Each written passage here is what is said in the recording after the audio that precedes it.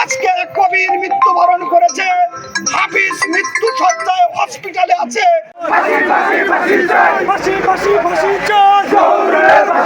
আজকের এই ছাত্র এবং জনতার ইফতার মাহফিলে যারা এই হত্যা চেষ্টা করেছে, আমি তাদের তীব্র নিন্দাবাদ জানাই।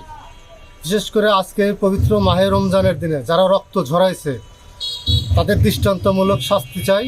পকেট কমিটি করার চেষ্টা করতেছে, আওয়ামী সন্ত্রাসীরা কি সেই কমিটিতে আসার চেষ্টা করতেছে। তো অতি বিম্রভাবে আমাদের এনায়েতপুর থানাকে আমরা আওয়ামী মুক্ত চাই।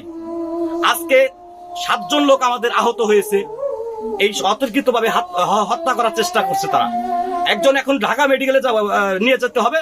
এই মুহূর্তে ডাক্তার ফোন দিয়েছে আমাকে যে ঢাকা মেডিকেলে নিয়ে যেতে হবে। আমরা এখন কি করব?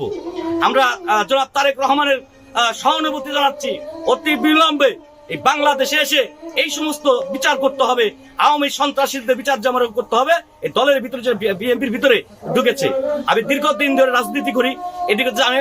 আবার 5 তারিখের পরে আমার যদি কোনো দলের কোনো ভুল থাকে, ত্রুটি থাকে, আমাকে বহিষ্কার করলে পারে কোনো সমস্যা নাই, কারণ দল করি, দলের গার্জিয়ান আছে, তারা আমাকে বহিষ্কার করবে। কিন্তু যাই এই হামলায় সাবেক মেম্বার ইউনিয়ন বিএনপির সাংগঠনিক সম্পাদক রওশন আলী মারাত্মকভাবে আহত হয়, এনাদপুর হাসপাতালে ভর্তি আছে। আমাদের শোভাযাত্রার তাঁতি দলের সাধারণ সম্পাদক হাফিজকে এমনভাবে মারাত্মকভাবে আহত করে যে সে এখন মৃত্যুসজ্জায়। হাফিজের ছোট ভাইও মৃত্যুসজ্জায়, তিনি এনাদপুর হসপিটালে, খাজা ইউনুস আলী হসপিটালে আছে। হাফিজকে ট্রান্সফার করে ঢাকা নিতে বলেছেন। তিনিও অত্যন্ত ভিকটিম এবং তারও আশঙ্কাজনক। আমরা এই হত্যা করার উদ্দেশ্যে যে তারা এই দেশীয় অস্ত্রসহ আক্রমণ করেছে, আমরা এর তীব্র প্রতিবাদ জানাই এবং এর দৃষ্টান্তমূলক শাস্তি চাই।